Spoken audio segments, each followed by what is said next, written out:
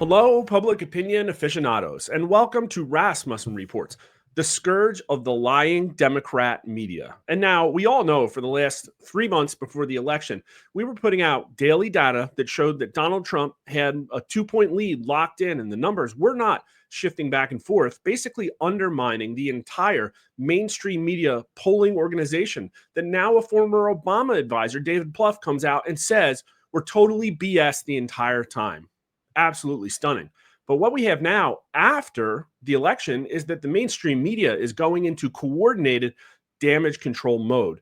They're going to do everything in their power over the next 4 years to paint the Trump administration as chaotic, to undermine all of his policy proposals, and to steal his mandate. And that's right, even because California is still out there curing cocktail napkins as ballots, the mainstream media is coordinating to attempt to steal Donald Trump's mandate. Don't let them lie to you, folks. But here's a quick look on the news articles out there. New York Times, Trump claims a historic mandate. Polls show Americans have mixed feelings. This one's so disingenuous, we're going to get into it.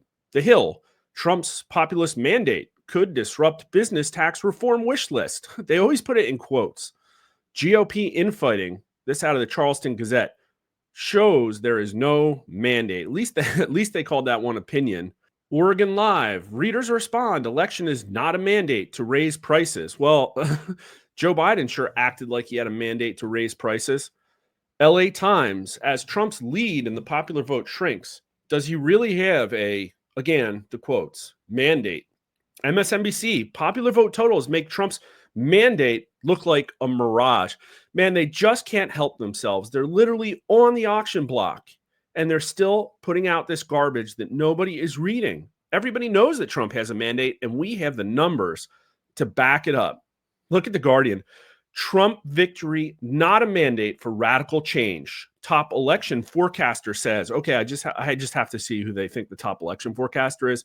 Stick with me, folks. But look at them join in ranks to prevent radical change in D.C. This is all about corporations and the media shilling to maintain the corporate kleptocracy in Washington, D.C. Cornell University professor of government, Peter Enns, and his co-authors accurately forecast that Trump would win all 7 swing states based on a model they built that uses state-level presidential approval ratings and indicators of election health. Why didn't I hear about these guys, Guardian?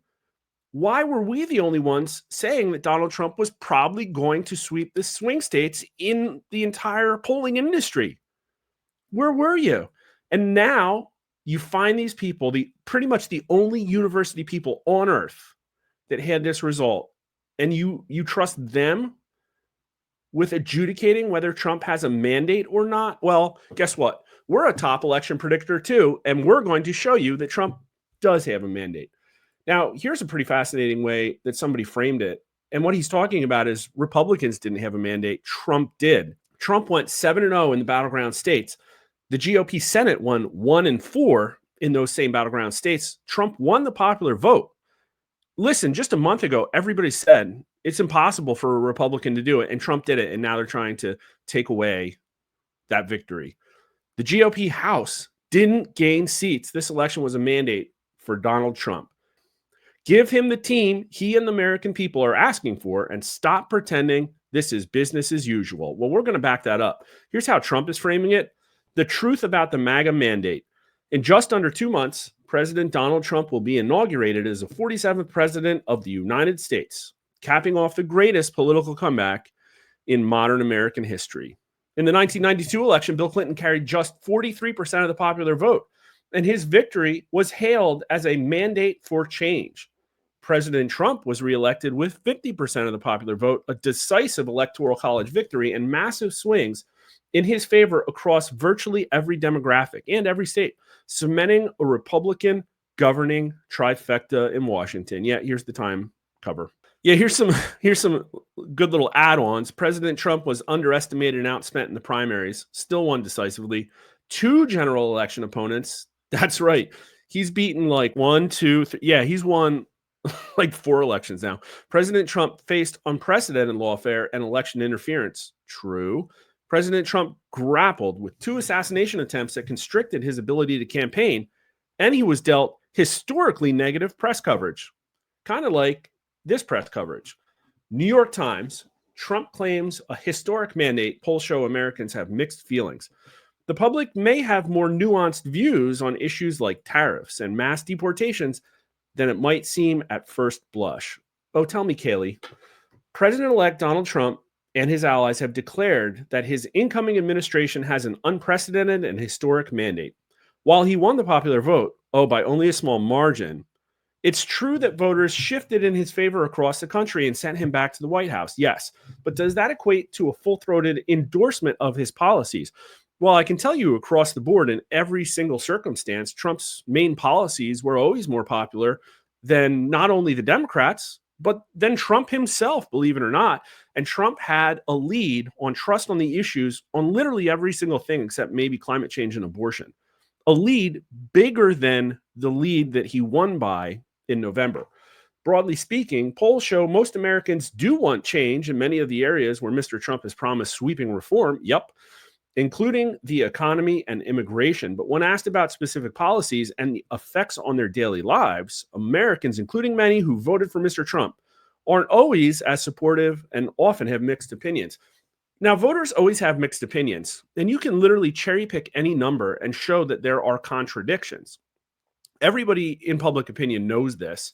And what they're going to do here is cherry pick stuff that shows that, well, maybe the voters are just too stupid. They voted for Trump and they really have no idea.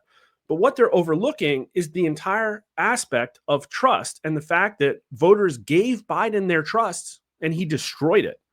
That's the theme here. That's why Kamala Harris lost. It has nothing to do with their understanding of the policies. And yet, I'll still undermine what they write in here. You go down the line of all these policies and you find high levels of opposition. No, that's not true. And it reflects that for many Americans, they weren't voting on the specific policies. This is a quote by a guy in the polling department at UMass Amherst, super liberal school. And what he says here, you go down the line of all these policies and you find high levels of opposition. That is not supported in this article. It's not linked to. What they're going to do is bring up a couple of topics and then find one nuanced question that contradicts, and they're going to focus in on that, and it's not true. That's not to say that polling suggests all of Mr. Trump's plans are unpopular. They're not, but they aren't all broadly popular either. So moving the goalposts already. Instead, polling reveals that many Americans hold nuanced views on some of the issues Mr. Trump plans to tackle or are unsure about how they feel about them. They trust Trump. Voters consistently cited the economy as their top issue. In polling this year, and more voters said they trusted Mr. Trump to deliver on that front than they did Vice President Kamala Harris. Yeah, that's it. That's all you need to know. We tested on Bidenomics. Voters hated it, and they said it was going to help Biden lose. We asked, who do you trust most on the issue of the economy? And Donald Trump won over Kamala Harris by more than the 2-point victory he had. That's it. You don't get to go and pick and choose the individual little nuances and make voters second guess and then call them stupid. Americans also tended to support one of Mr. Trump's signature economic plans, imposing stiff tariffs on goods produced overseas. In September, a New York Times Siena College poll of likely voters in 3 Midwest states found that just over half supported expanding tariffs on products made out of the country. Okay, a majority. That's how you say just over half. After the election, a CBS News YouGov poll in late November also found that 52% of Americans said they supported new tariffs. That's a majority. An overwhelming majority of Trump voters, 83%, said they did. Yes, Republicans voted for Trump and Trump won, and so Republicans get what they wanted. But in that same CBS poll, 59% said they believed tariffs would raise the cost of the things they buy, a possibility that has been highlighted by experts critical of the plans. Among those who voted for Mr. Trump, 1/3 believed tariffs would raise prices and support the measures anyway. Yeah, like, so what? Are they totally deaf to the fact? It's so tone deaf that Biden had the biggest increase in prices, inflation in like decades. And here's how you know this is also spinning the election loss, because this is the past 5 years of Google search volume for the term tariff. And look, there's a spike. People are interested in tariffs. When did it happen? Oh, look at that. Not until after Election Day.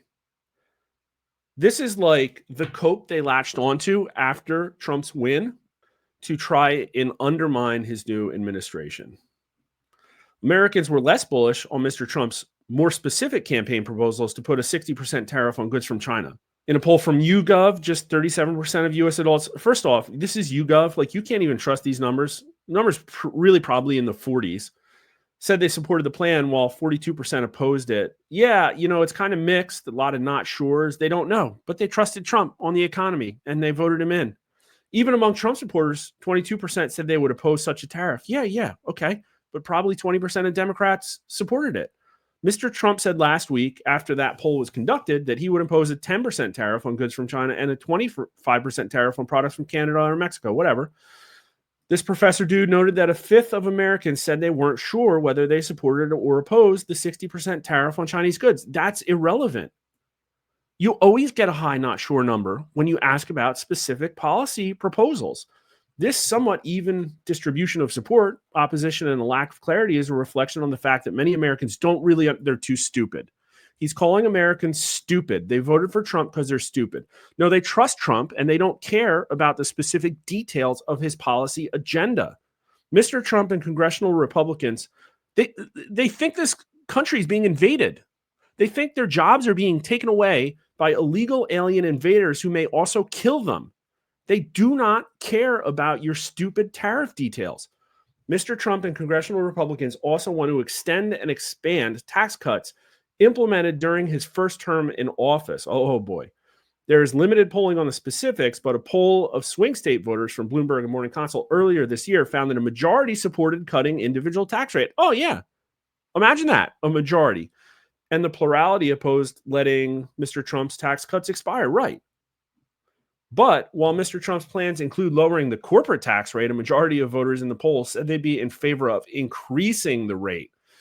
Yeah, okay, now they're going after the whole class division.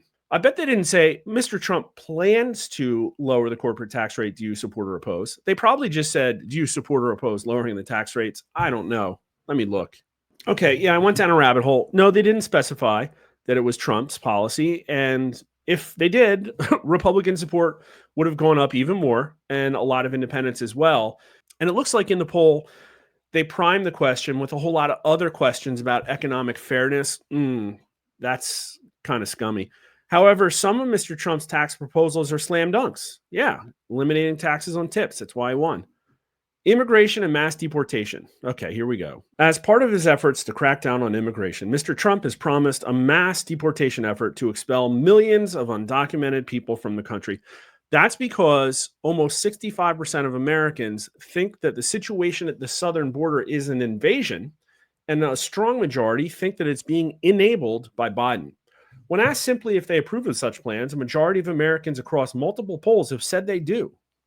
We even showed that 55% of swing state voters supported a 100% deportation candidate.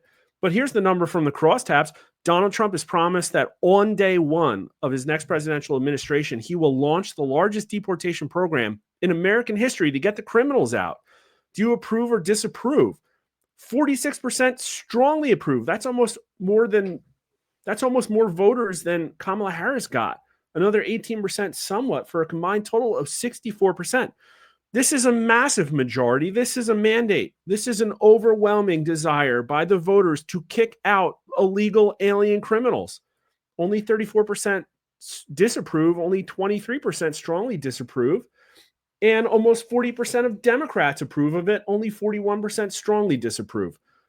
Unbelievable. So look, they didn't even get a number that high. Well, who do you trust, folks? New York Times, Siena, or Rasmussen reports?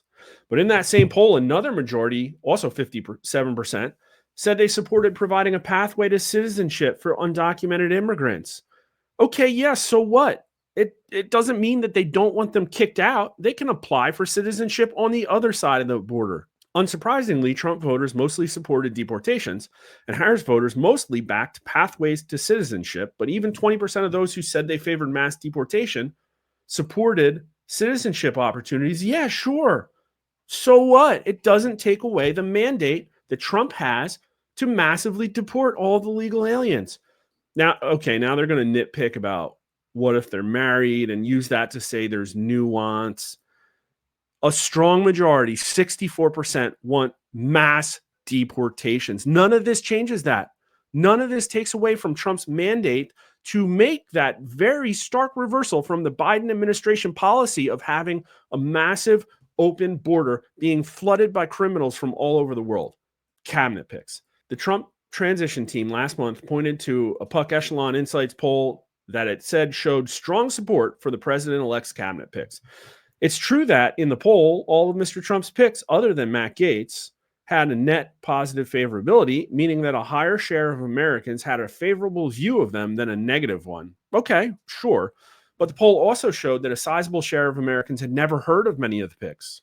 44% said they hadn't heard of the Fox News personality Pete Hegseth. Okay, what's your point?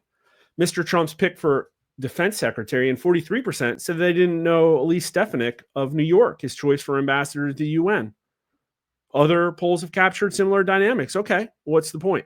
While this isn't a decisive stamp of approval, it's also not a condemnation. It's more like a shoulder shrug, and that's not particularly unusual, according to Chase Harrison, who teaches survey research at Harvard University. So this is a non-answer that he gave them at Harvard. They were digging for dirt, and they're like, give me a line. And so he says, yeah, like voters don't know all these names, and it's a shrug. He didn't go on to say, well, it's partly a shrug because people trust Trump and they elected him to make these decisions for them. And yet here it is being used by the New York Times writer as fuel for an article trying to undermine Trump's mandate. Incredibly disingenuous.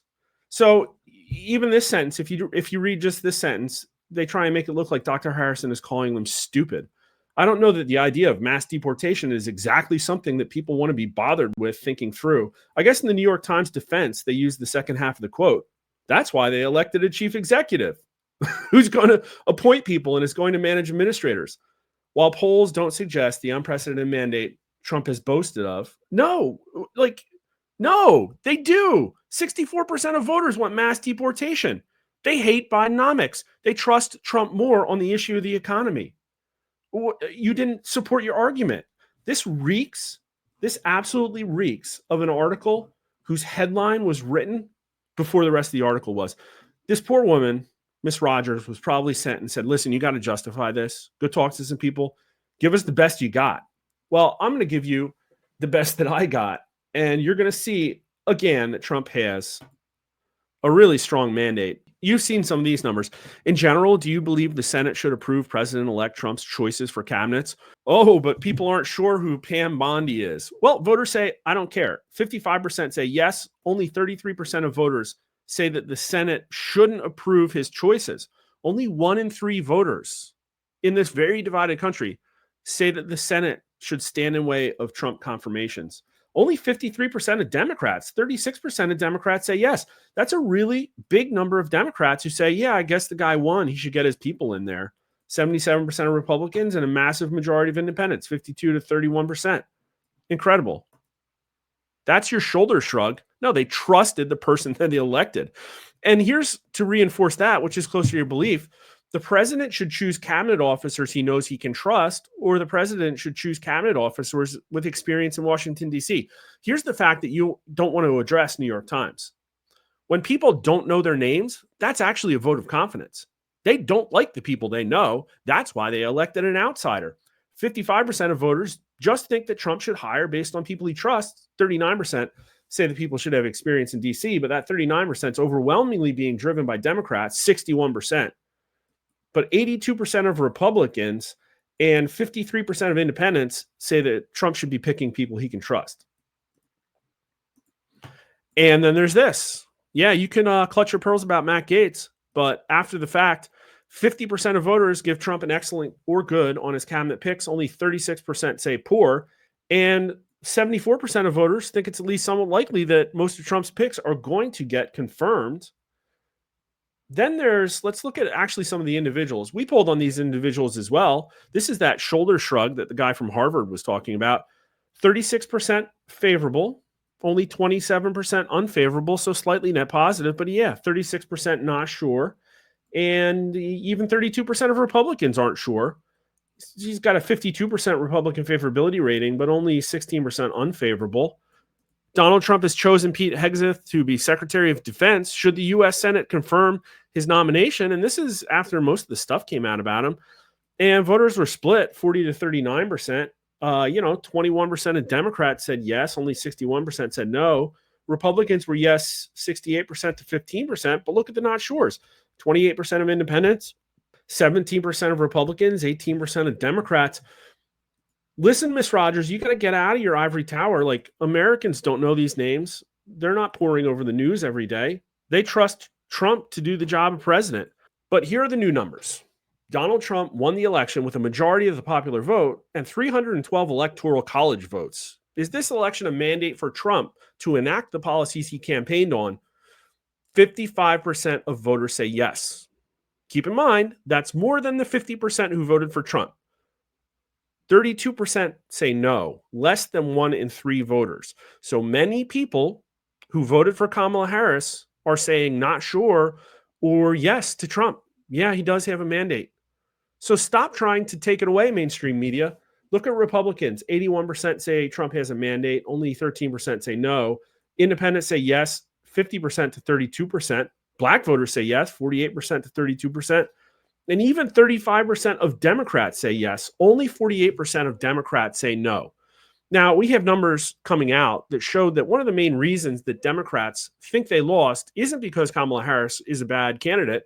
It's because they thought the party, by like a 4-1 margin, they thought the party was out of touch with everyday voters. So here's some friendly advice, New York Times. When less than half of Democrats say that Trump doesn't have a mandate, maybe you should be the ones who stop trying to resist. And maybe you should just report impartially and not put out horrible articles like that aren't even branded as opinion. Should Congress mainly cooperate with Trump in enacting his agenda, or should Congress mainly oppose Trump's agenda? Congress should mainly cooperate, 53%. Congress should resist, 36%. Again, a mandate. Only 36% of voters think that Congress right now should be opposing Trump's agenda. 60% of Democrats, only 36% of independents, 43% of black voters, only 28% of 18 to 39-year-olds. Give it up. Ooh, sorry, I got a little heated and went a little long, but there's nothing that makes me madder than the lying mainstream media. And that's why their viewership is absolutely collapsing. I bet New York Times subscriptions are through the floor right now, but they just can't help themselves. Nobody is examining what they did wrong and correcting. Oh, except maybe actually Scott Jennings just got hired to the editorial board of the LA Times. That's an olive branch, folks. Maybe things are changing and it will be better for the country if they do. I would like nothing more than to chronicle over the next 4 years the death of psychological operations and peak gaslighting in the media. And if you want to be there for it, make sure you follow us at Rasmussen_Poll on Twitter or Mark_R_Mitchell. If you're on YouTube or Rumble, make sure you like the video and follow us as well. It's free, but it helps more people see our content. And thanks for watching.